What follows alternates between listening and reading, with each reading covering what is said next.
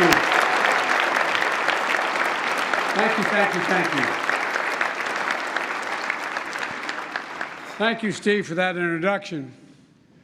And a special thanks to the 42% of you who actually applauded.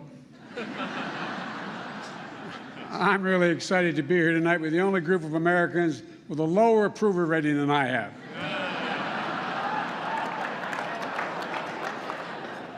That's hard to say after what we just saw.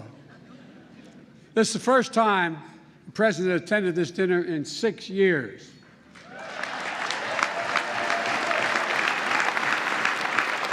It's understandable. We had a horrible plague, followed by 2 years of COVID.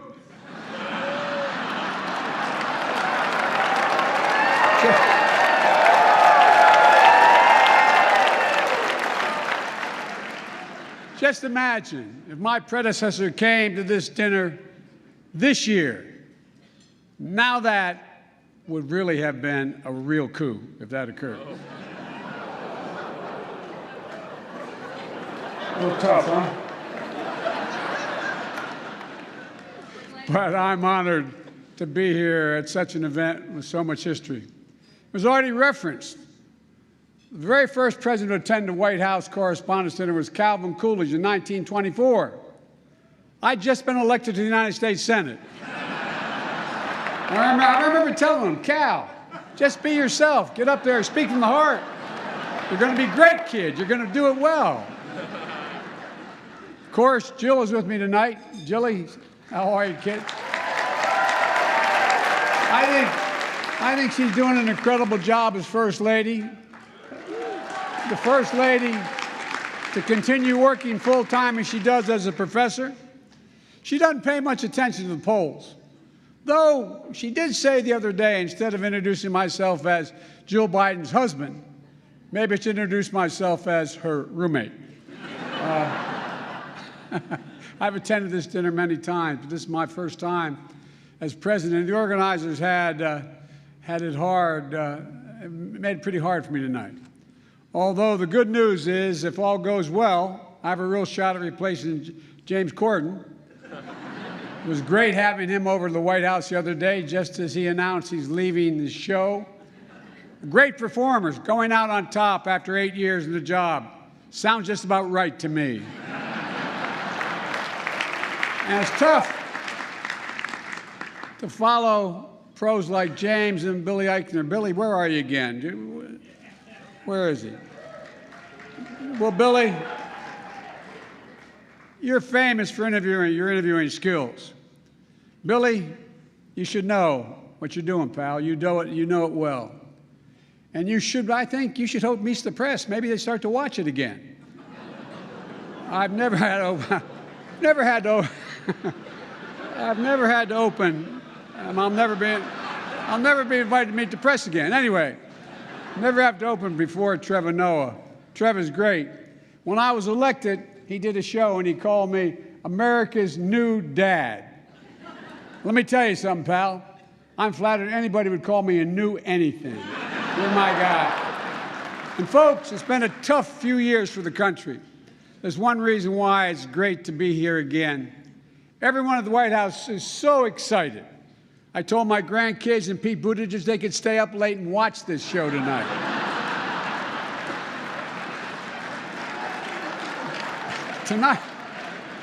Tonight, we come here to answer a very important question in everybody's mind. Why in hell are we still doing this? I know there are questions about whether we should gather here tonight because of COVID. Well, we're here to show the country that we're getting through this pandemic. Plus, everyone had to prove they were fully vaccinated and boosted. So if you're at home watching this and you're wondering how to do that, just contact your favorite Fox News reporter. They're all here, vaccinated and boosted, all of them.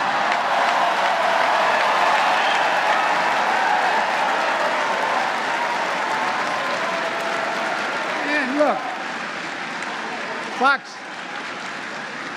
Fox News, I'm really sorry your preferred candidate lost the last election. To make it up to you, I'm happy to give my chief of staff to you all so he can tell Sean Hannity what to say every day. In fact, Ron Klain is here at the CBS table, which hired Mick Mulvaney.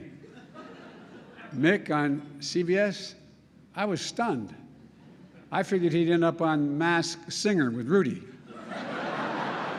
Amazing hire, guys, really quite amazing. And look, I know this is a tough town. I came to office with an ambitious agenda, and I expected it to face stiff opposition in the Senate. I just hoped it would be from Republicans. But I'm not worried about the midterms. I'm not worried about them. We may end up with more partisan gridlock, but I'm confident we can work it out during my remaining 6 years in the presidency. And folks, I'm not really here to roast the GOP. That's not my style. Besides, there's nothing I can say about the GOP that Kevin McCarthy hasn't already put on tape. You know, at the same time, a lot of people say the Republican Party is too extreme, too divisive, too controlled by one person.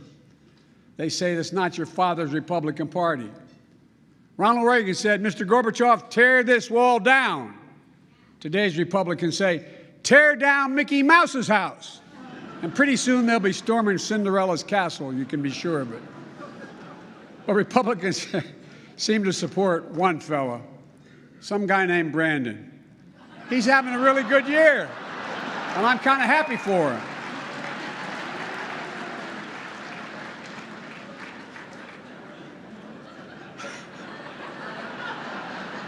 Let me conclude with a serious word. We live in serious times. We're coming through a devastating pandemic, and we have to stay vigilant. I know Kamala wanted to be here, for example. Thankfully, she's doing well. You should all know she sends her best. We're in a time when what we so long taken for granted is facing the gravest of threats, and I'm being deadly earnest. Overseas, the liberal world order that laid the foundation for global peace, stability, and prosperity since World War II is genuinely, seriously under assault. And at home, a poison is running through our democracy. Of all this taking place with disinformation massively on the rise, where the truth is buried by lies and the lies live on as truth. What's clear, and I mean this from the bottom of my heart, that you, the free press, matter more than you ever did in the last century. No, I really mean it. I've always believed that good journalism holds up a mirror to ourselves to reflect on the good, the bad, and the true. Tonight, I want to congratulate the awardees and the scholarship winners who carry on that sacred tradition. We've all seen the courage of the Ukrainian people because of the courage of American reporters in this room and your colleagues across the world who are on the ground taking their lives in their own hands.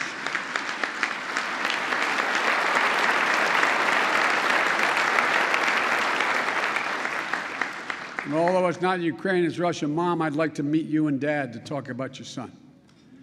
We just saw a heartbreaking video. 9 have been killed, reporting from Kyiv, struck by a kamikaze drone strike after a shopping mall attack, shot in the neck while documenting Ukrainian fleeing, killed when Russian missiles hit the television tower in a residential neighborhood.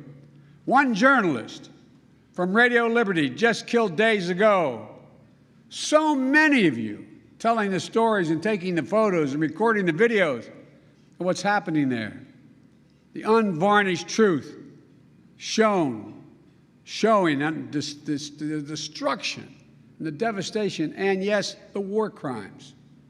Tonight, we also honor the legacy of 2 historic reporters, and that is Alice Dunnigan and Ethel Payne. I'm glad you saw that tonight. I didn't know you were doing that. These are the first black women to be White House reporters who shattered convention to cover a segregated nation. We honor journalists killed, missing, imprisoned, detained, and tortured, covering war, exposing corruption, and holding leaders accountable. We honor members of the press, both national and local, covering a once-in-a-century pandemic where we lost 1 million Americans, a generation reckoning on race, an existential threat of climate change. The free press is not the enemy of the people, far from it. At your best, you're guardians of the truth. President Kennedy once said, and I quote, "Without debate, without criticism, no administration, no country can succeed, and no republic can survive." The First Amendment grants a free press extraordinary protection, but with it comes, as many of you know, a very heavy obligation to seek the truth as best you can, not to inflame or entertain, but to illuminate and educate. I know it's tough, and I'm not being solicitous. The industry is changing significantly. There's incredible pressure on you all to deliver heat instead of shed light because the technology is changing so much. The system is changing. But it matters. No kidding, it matters. The truth matters. American democracy is not a reality show. It's not a reality show.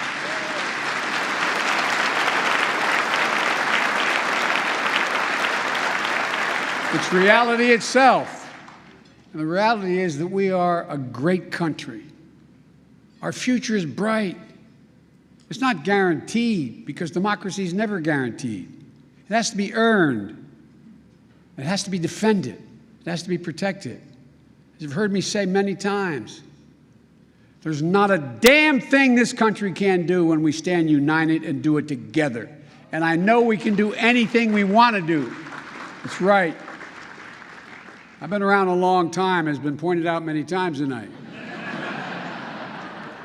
But I give you my word as a Biden, I've never been more optimistic about America than I am today. I really mean it. At times of enormous change, it presents enormous opportunities. For despite all the crises, all the partisanship, all the shouting and showmanship, I really know this, and you know it too. We are a great nation because we're basically a good people. And here in America, good journalism, good satire about our leaders, about our society, is quintessentially an American thing. It demonstrates the power of our example. And I honest to God believe it reveals our soul, the soul of our nation. And that's what I'd like to toast tonight. If I may. To the journalists and their families, to the people and the elected representatives, to the United States of America. By the way, Madeleine Albright was right. We are the indispensable nation. Ladies and gentlemen, I'm going to turn this over to Trevor now. Strap myself into my seat. And Trevor, the really good news is, now you get to roast the President of the United States. And unlike in Moscow, you won't go to jail. Podium is yours.